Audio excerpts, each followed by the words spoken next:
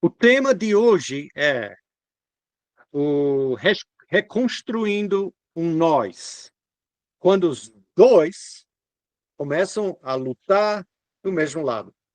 Então, reconstruindo um nós. Nós sabemos que quando casamos, nós estamos casando com uma pessoa diferente. Por mais que nós tenhamos coisas em comum, sempre há muita coisa que não temos em comum.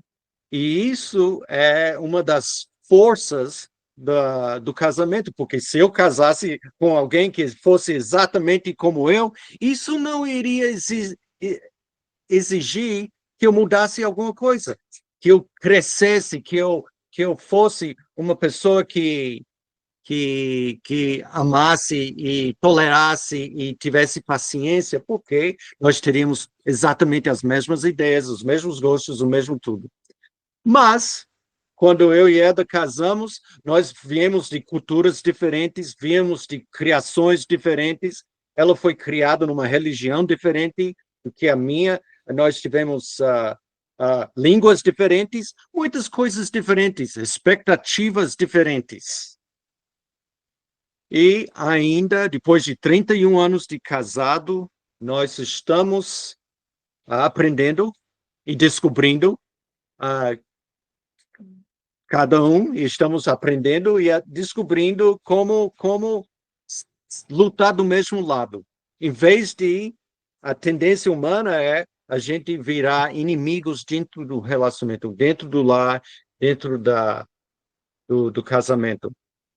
Querer ter a razão, querer sobressair, querer a sua vontade e não a outra vontade. Então, a gente tem que a gente tem que lutar para que o casamento dê certo. E para isso, reconstruindo nós, eu quero compartilhar 3 casais na Bíblia. O primeiro casal, um exemplo de unidade. O marido teve uma ideia, a mulher acatou e os dois foram atrás. E os dois fizeram exatamente como tinham planejado. Um casal unido, um casal comprometido, um casal dedicado ao, sabe, um ao outro. Mas esse casal não estava dedicado às coisas de Deus. E se você quiser abrir a sua Bíblia, abra em Atos capítulo 5. Que começa com o versículo: um homem chamado Ananias, com Safira, sua mulher, também vendeu uma propriedade. Então, este é um casal que eles estavam lutando juntos. Eles estavam indo na mesma direção. Eles estavam unidos. E se você não souber a história de Ananias e Safira, eu vou contar agora. Acontece que lá no início da igreja, o Espírito Santo estava fazendo coisas maravilhosas. Estava curando através dos discípulos. Estava unindo o povo numa comunidade.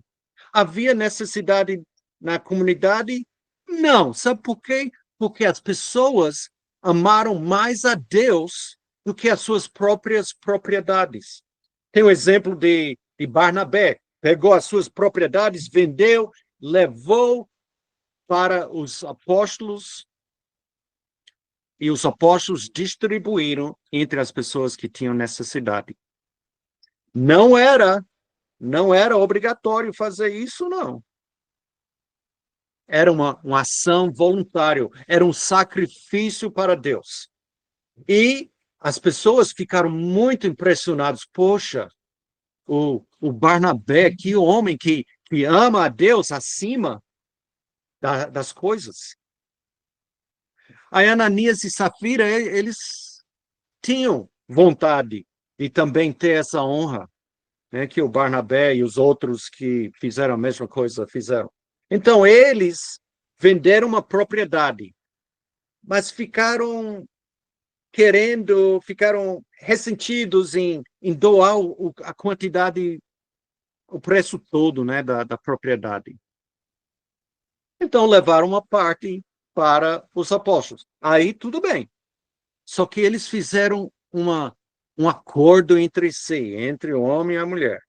E disseram, vamos dizer que essa foi a conta total da propriedade. Para que as pessoas não pensem que a gente está guardando alguma coisa para a gente. Ok? E eles fizeram exatamente isso. Eles chegaram para os apóstolos. Eita, olha que bobeira, né? Apóstolos cheios do Espírito Santo que conseguem decifrar pelo Espírito Santo a verdade. Tá? E não tem mentira. E Pedro, ele perguntou, né? Versículo 3. Ananias, como você permitiu Satanás enchesse o seu coração ao ponto de você mentir ao Espírito Santo e guardar para si uma parte do dinheiro que recebeu pela propriedade? Ela não lhe pertencia e depois de vendida, o dinheiro não estava no seu poder. O que levou você a pensar em fazer tal coisa? Você não mentiu aos homens, e sim a Deus. E se você não sabe a história, Ananias caiu morto ali mesmo. A mulher estava no negócio e quando ela chegou 3 horas depois, sem saber o que tinha acontecido, Pedro lhe perguntou, diga-me, foi esse o preço que vocês conseguiram pela propriedade? Ela respondeu, sim, foi esse mesmo. Aí Pedro lhe disse, por que vocês entraram em acordo?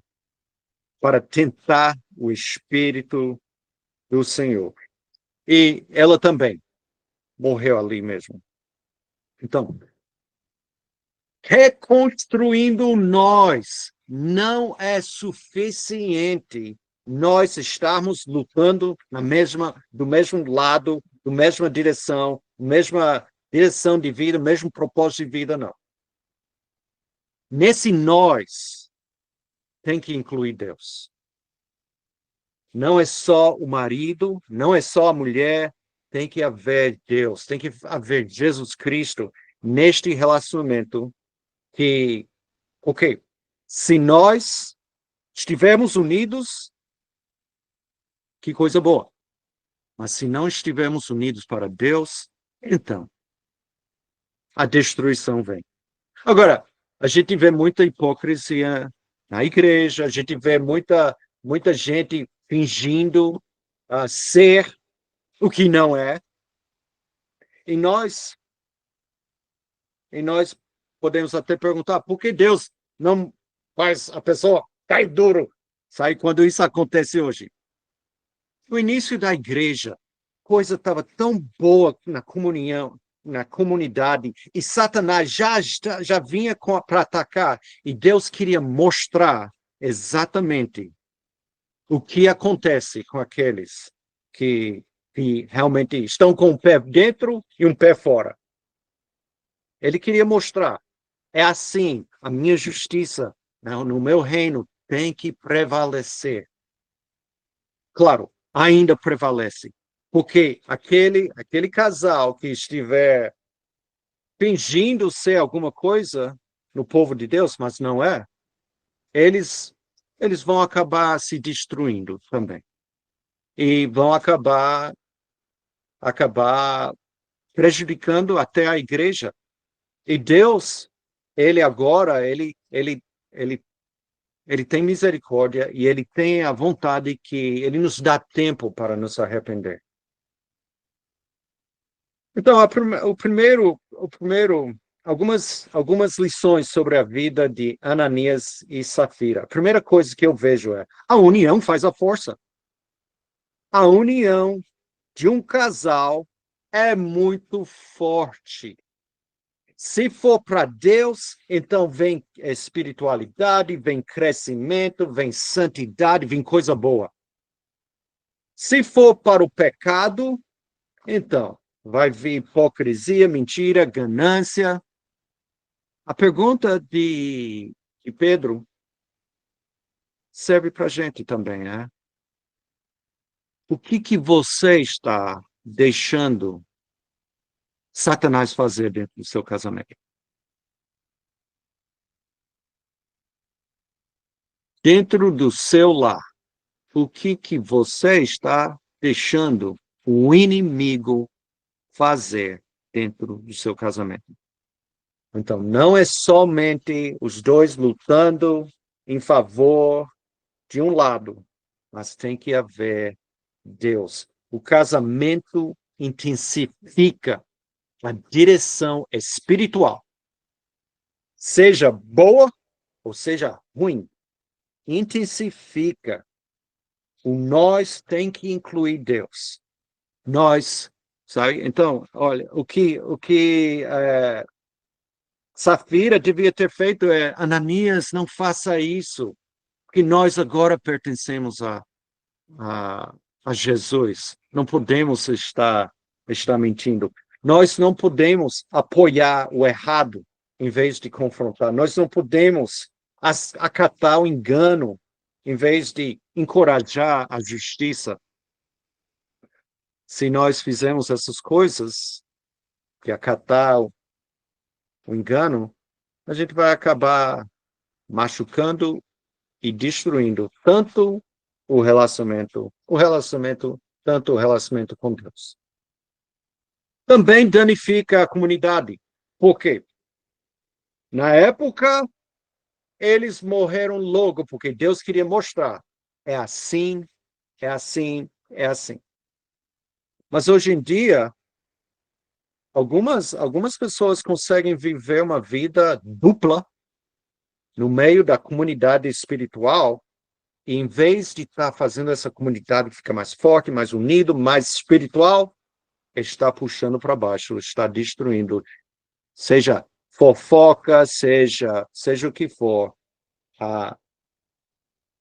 O Deus sabe que um casal unido, deixando Satanás tomar conta das suas vidas, vai ser danoso para a sua igreja, para o seu povo. Então, Ananias e Safira, coloquei eles porque eu achei eles muito unidos, porém não para a coisa certa. O próximo casal que eu tenho para compartilhar com vocês na Bíblia é um casal que eram basicamente inimigos. Basicamente inimigos. A mulher não tinha poder nenhum, o homem que tinha todo o poder estava pondo em prática um plano para matar ela. Eita, tem coisa assim na Bíblia? Tem. E se você ler essa história, é uma história maravilhosa. Você vai para o Velho Testamento, no livro de Esther. Ela se tornou a rainha da Pérsia. E o marido dela, Assuero, era o rei.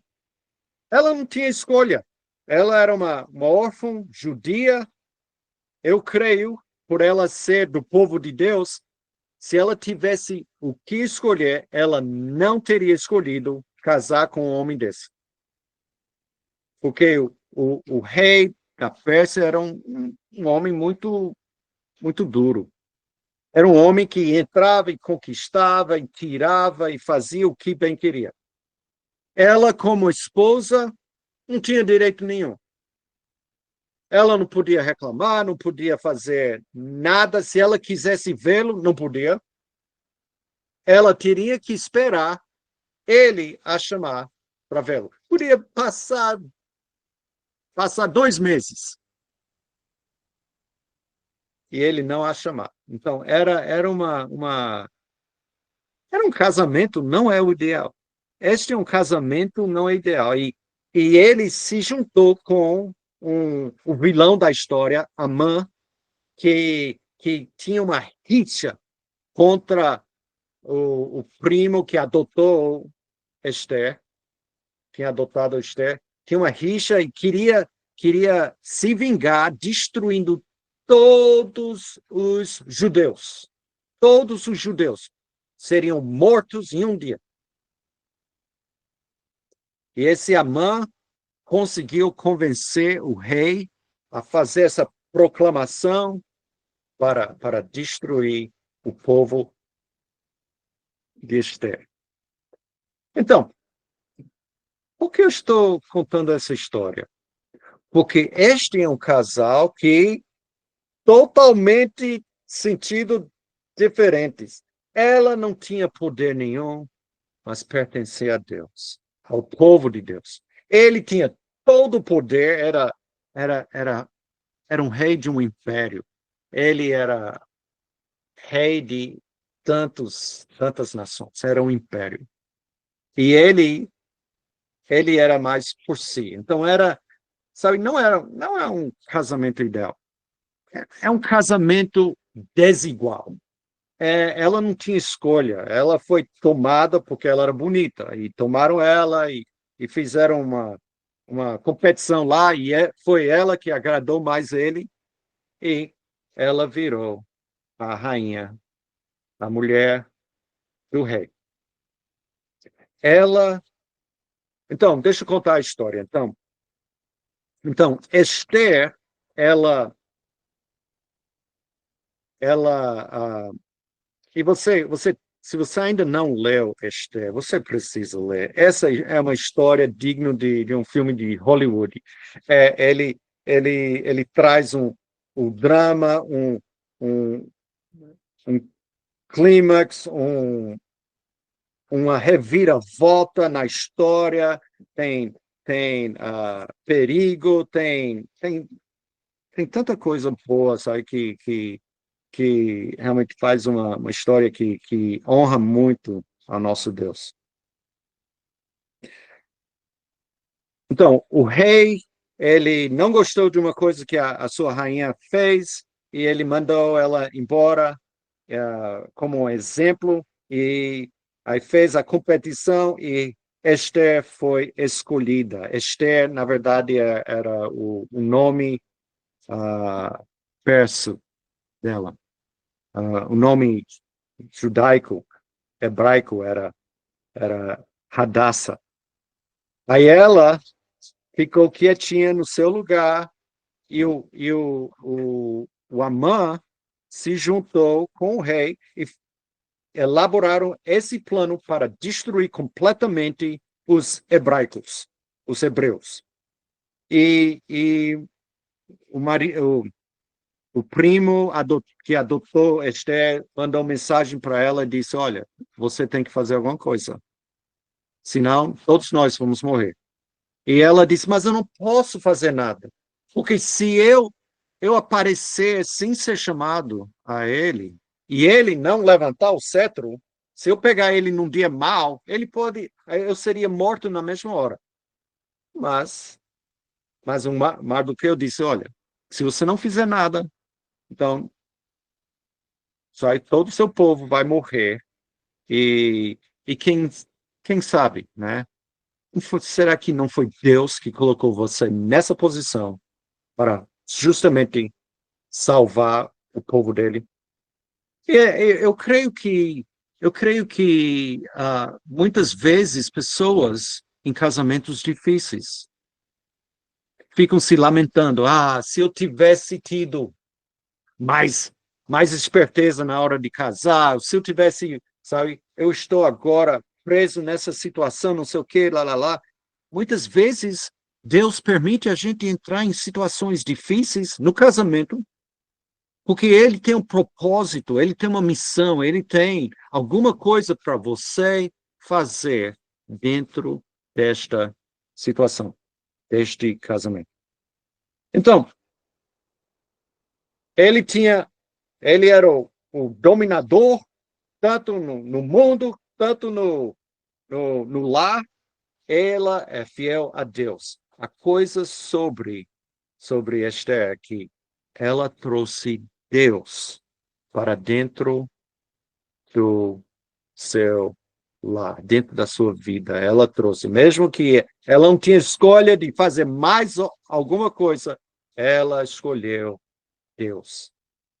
E Deus ama quando nós estamos em situações difíceis, quando nós mostramos a integridade que a Esther tem.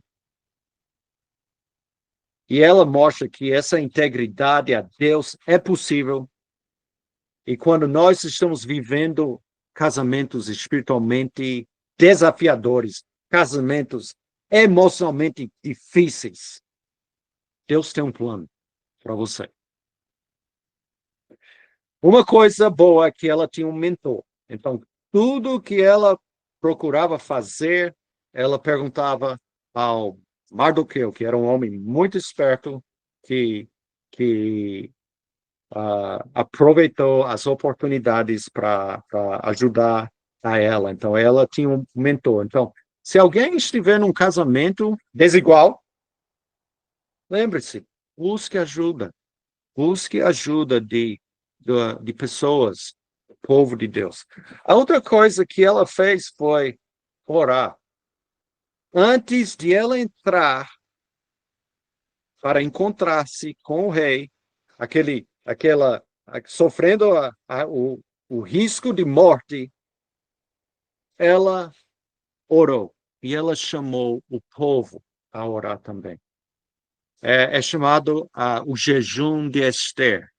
É um jejum que eu conheço algumas pessoas que fazem.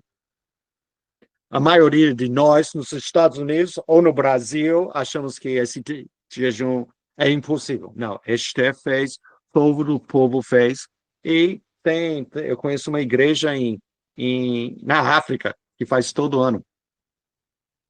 Eles ficaram 3 dias sem colocar nada na boca, sem comida, sem água, sem bebida, 3 dias.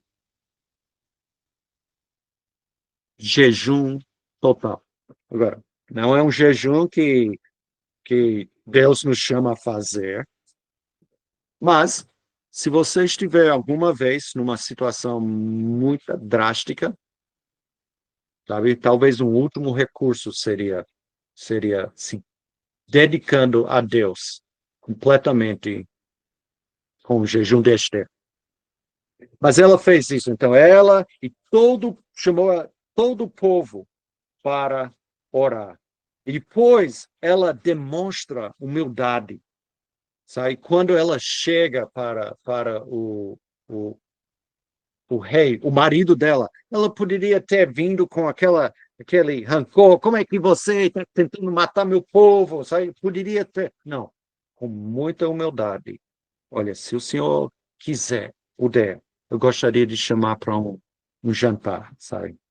E ela, com muita humildade, com muita sabedoria, usando a ação estratégica, ela sai com esse espírito de Deus, essa coragem que estava disposta a se sacrificar pelo povo, esta submissão respeitável, ela trouxe grande influência a seu favor e ao favor do povo de Deus.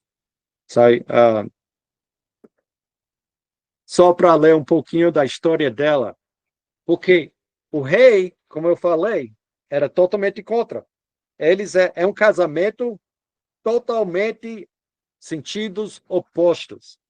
Mas em capítulo 7, nós vemos o rei começando a lutar por sua mulher. E tem tudo a ver com Deus. Porque não foi só Esther que estava ali, não foi Esther que estava ali por acaso, não. Foi Deus que a colocou e ela levou Deus dentro dela e com toda a humildade, sabedoria, oração, jejum, sabe? Deus fez essa história maravilhosa acontecer. O rei e a mãe, isso é capítulo 7 de Esther, foram ao banquete com a rainha Esther, ok?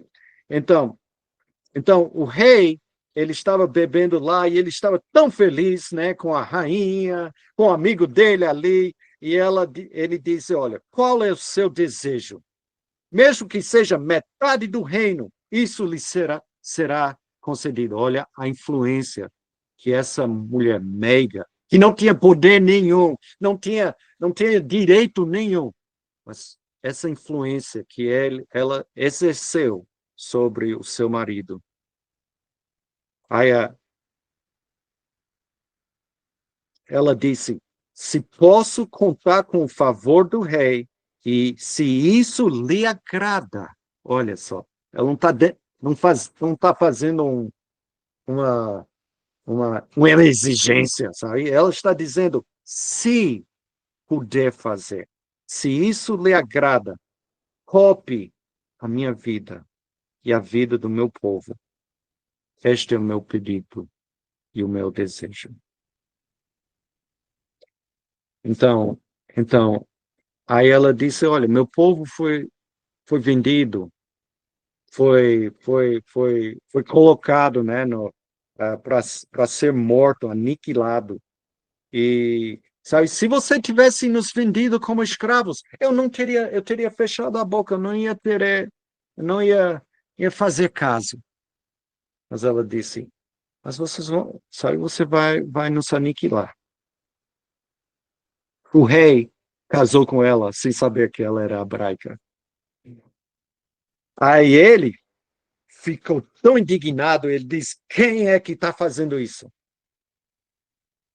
E ela disse, Amã foi que decretou.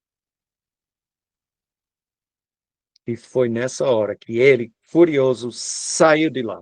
Amã ele viu que as coisas não iam bem para ele, e ele ficou de joelho, pulou por cima da rainha, dizendo, por favor, faça alguma coisa. E o rei voltou e disse, agora você está se atreva, né, a agredir, né, a minha esposa. Aí, a história é deliciosa demais. Eu não vou nem dar o spoiler, vocês vão ter que ler, que é uma reviravolta tão maravilhosa.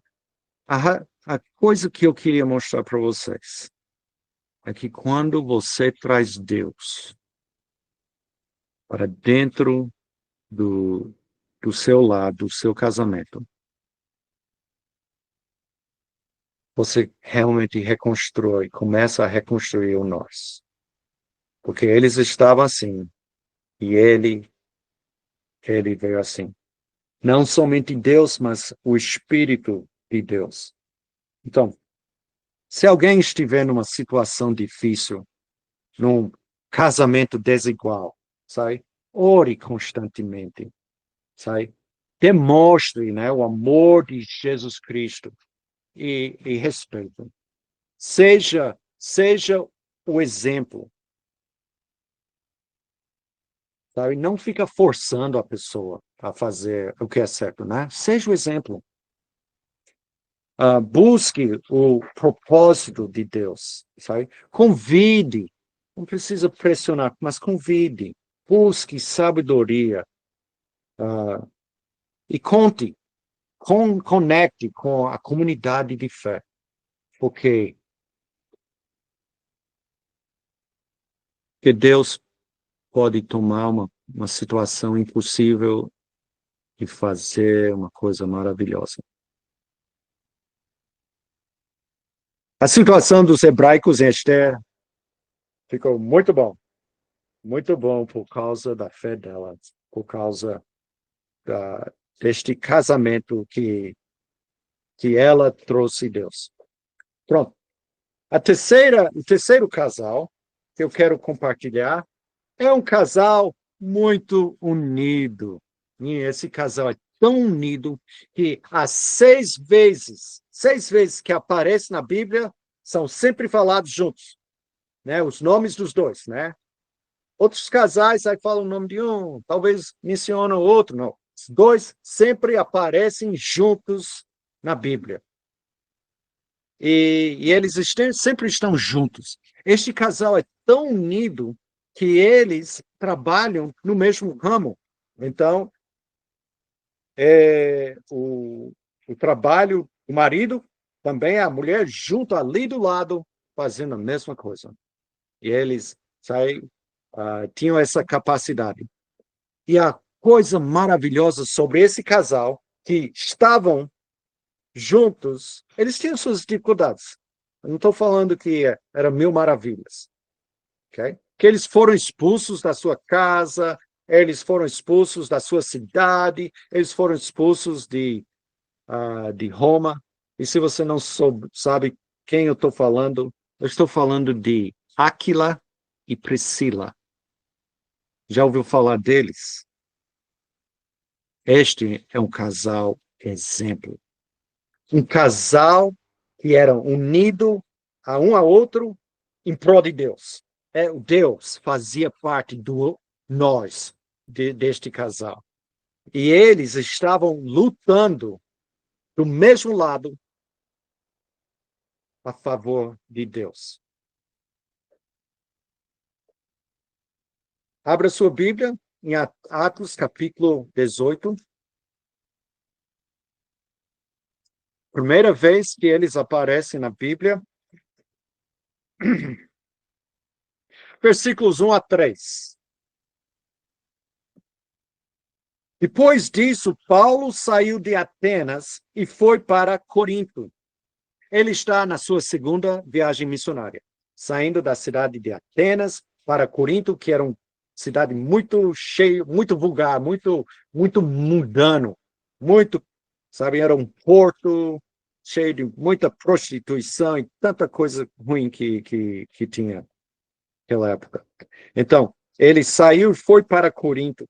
Ali encontrou um judeu chamado Áquila, natural de Ponto, que havia chegado recentemente da Itália, junto com Priscila, sua mulher, pois Cláudio havia ordenado que todos os judeus saíssem de Roma. Paulo foi vê-los. E já que eles tinham a mesma profissão, ele ficou morando junto com eles, ajudando eles. A mesma profissão era fazedores de tendas. Então, extra-biblicamente, este fato de expulsar todos os judeus de Roma, dizem que é por causa de Crestos, a palavra. E os historiadores acham que era por causa de Cristo. O historiador que não tem na Bíblia fala Cristo. Acho que realmente é sobre Cristo. Possivelmente, Áquila e Priscila eram aqueles que estavam pregando Jesus em Roma e estavam convertendo muitos judeus. Os judeus que não se convertiam ficavam muito irados e começou uma briga, um conflito, não sei o quê, e o imperador diz, sai todos, eu quero todos fora de Roma. E eles saíram de Roma. Paulo, quando ouviu que eles estavam em Corinto, procurou eles. Então eles se tornaram uma família-chave para a missão de Paulo. Eles se tornaram como se o lar deles se tornar a base de operação. Paulo, o grande missionário, ia de cidade em cidade em cidade, estabelecendo igrejas. Mas Paulo não conseguiria fazer tudo isso sozinho, se ele não tivesse essa base de fé, essa base de ministério que outras pessoas, mas também o Áquila e Priscila deram a ele. Então, Paulo conseguia fazer este trabalho e Áquila e Priscila estão por trás, sustentando a barra do dia a dia, e eles são um casal formidável. Tão formidável que, olha em versículo 18, Paulo permaneceu em Corinto por algum tempo, depois despediu-se dos irmãos e navegou para a Síria. Mas ele não foi sozinho. Ele levou quem? Tananana. Acompanhado de Priscila e Áquila. Interessante que Áquila é um homem aqui, e o nome de Priscila vem antes. São 6 ou 7 vezes que eles aparecem na Bíblia. Metade das vezes Áquila é falado primeiro, metade das vezes Priscila é falado. Você pode colocar. Aí, isso é interessante. Isso mostra o quê? Que eles eram uma equipe. Eles eram uma equipe. Eles estavam juntos. Tanto fazia Áquila falando, Priscila falando. Eles eram uma equipe. Paulo levou eles para Éfeso. E por que ele queria levá-los para Éfeso? Bem, ele tinha plano ele passou por Éfeso, deixou eles em Éfeso, deixou eles para preparar o terreno, e depois ele foi para Jerusalém, e ele diz, espera aqui, quando eu voltar, eu vou voltar aqui para Éfeso, e vocês vão sair, vocês já vão ter preparado o terreno aqui. E ele fez exatamente isso. Então, enquanto eles estavam em Éfeso, eles não ficaram parados. A igreja começou a se reunir na casa deles. O pregador, grande pregador Apolo, pregou, sabe, com muita fervor, muita garra, mas ele estava pregando uma coisa errada. Então, eles chamaram ele à parte e os dois ensinaram ele corretamente como as coisas são. E eles ajudaram ele a ser um pregador de espírito e de verdade. E ele saiu pregando e convertendo muitas pessoas. Depois em 1 Coríntios 16, ele disse que Priscila e Áquila e a igreja que está na casa deles manda lembranças para vocês. E depois parece que quando ele escreve para Roma, ele manda lembranças para Áquila, ou Priscila e Áquila. Por quê? Porque eles voltaram para Roma, eu acho que para preparar o terreno, porque Paulo estava preso e ele ia para Roma, talvez. Este casal era um casal envolvido na igreja onde eles estiveram. E Paulo contava com eles. E Paulo, lá em Roma, diz, olha, meu filho Timóteo, eu estou supondo aqui, meu filho Timóteo está lá em Éfeso, ele é novo, ele está precisando de ajuda. Vão para lá e ajude ele. E em 2 Timóteo 4,19, ele diz, olha, ele escrevendo para Timóteo, ele diz, olha, dá um alô para Prisca, ele chama de Prisca, mas Priscila, Áquila, Priscila, Áquila. Aí, o que nós vemos sobre Áquila e Priscila? Ministério compartilhado. Era um casal hospitaleiro. A sua casa era da igreja. A sua casa era de Deus. Eles recebiam as pessoas que amam a Deus dentro da sua casa, conheciam as Escrituras e faziam discípulos. Ajudava a corrigir um pregador muito fervoroso. Eles eram companheiros um do outro, mas também grandes companheiros do apóstolo Paulo. E Áquila, que homem, hein? Ele tinha tanta segurança na sua liderança, na família, que não se sentia, ele não se sentia ofendido em deixar a Priscila brilhar no ministério também, sabe? Então, muitas vezes, eu imagino, né? Ela, ela chegava e aconselhava, e ele estava lá dizendo, é isso mesmo, você tem que saber. Os dois eram uma equipe. Quando os dois trabalham juntos para o propósito de Deus, o casamento é exatamente o que Deus quer. É maravilhoso. É isso que Deus quer. Então, como é que nós, nos nossos casamentos, possamos viver isso? Mais uma vez, bem, antes, né, falar em oração. Dessa vez, orar juntos. Juntos. Não cada um orando no seu lugar, não. Orar juntos também. Orar juntos. Estudar a Bíblia juntos. Estudar a Bíblia como uma equipe. Vamos estudar a palavra, vamos descobrir o que Deus quer para nós, para mudar em nossa vida, no nosso relacionamento, na nossa comunidade. Servir um ao outro e também as outras pessoas. Sabe, uma equipe de serviço. Sabe, Deus nos chama a isso. Que tal abraçar o casamento missionário? Um casamento que não está só preocupado em trabalhar para pagar as contas, para cuidar dos filhos, para cuidar do dia a dia, não.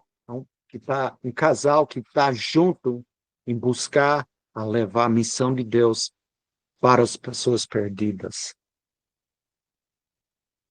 Que tal descobrir os dons espirituais um do outro? Sabe? O dom espiritual, o meu, a da minha esposa, e incentivar a, a, a desenvolver estes dons para sabe, ajudar a igreja, ajudar o povo de Deus, ajudar o propósito de Deus. Então, esses são os 3 casais que eu tinha para compartilhar com vocês. E esses casamentos não estão somente na Bíblia. Cada um de nós passamos pelo casamento aqui no mundo. E eu quero falar, né, dos pais e meus pais. Meu avô e minha avó já faleceram. E minha avó, uma doce de pessoa. Eu tenho muitas memórias boas. Uma mulher espiritual, nos seus 96 anos, ela leu a Bíblia, olha, imensa número de vezes. Teve um ataque cardíaco aos 94 anos. Ela decidiu começar a ler a Bíblia de novo, com uma Bíblia que tinha todas as referências de todos os versículos, e ela ia parar em todo versículo para ver as referências. É uma mulher dessa, sabe? Uma mulher de Deus. Meu avô, ela disse que quando casou com ele tinha 2 defeitos. Ele bebia e ele contava piada suja. Ele era muito engraçado. Não somente piada suja, mas ele era muito engraçado. E muitas vezes ele falava coisas, ele era meio carrasco, ele falava coisas que machucavam. E as coisas não foram fáceis. Ele reclamava muito da comida. Essa é uma história que vem. Ele reclamava tanto da comida dela que um dia ela pegou um garfo e furou ele. É tão difícil imaginar a minha avó docinha fazendo isso, mas chega um ponto onde, sabe, Casais conseguem, sabe o ponto fraco de cada um e conseguem machucar um ao outro. Não é? Mas ele se converteu. Ele se converteu a Jesus Cristo. Eu imagino que foi o exemplo maravilhoso espiritual da minha avó. Ele foi batizado e, e ele se converteu. Não era muito capaz de, de dar um estudo bíblico ou nada, mas ele fazia questão de juntar os filhos e fazer um devocional dentro de casa. Sabe qual foi o devocional? Era simplesmente abrir a Bíblia, ler uma passagem, ele não comentava nada, simplesmente lia. E esse era o devocional deles. Talvez um dos meninos orava, não sei. Mas era o devocional dele. Uma coisa tão simples, tão simples.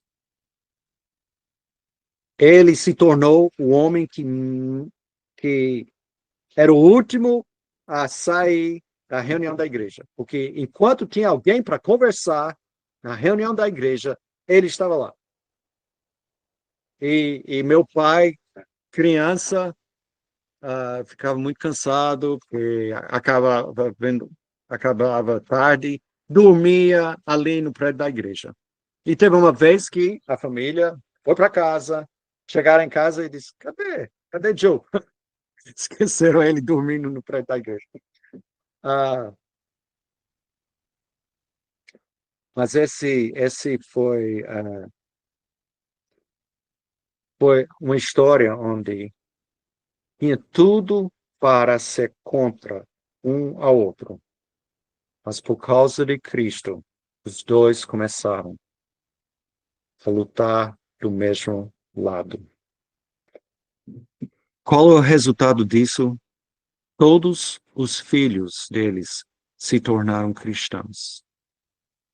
Um dos filhos deles se tornou missionário. Os netos se tornaram missionários. Até os bisnetos, missionários. Outra filha sustentou a missão com dinheiro, financeiramente. Tanta coisa e boa veio de geração a geração a geração, porque os dois começaram a lutar do mesmo lado com Deus. Lembre-se, Deus, como homem e a mulher.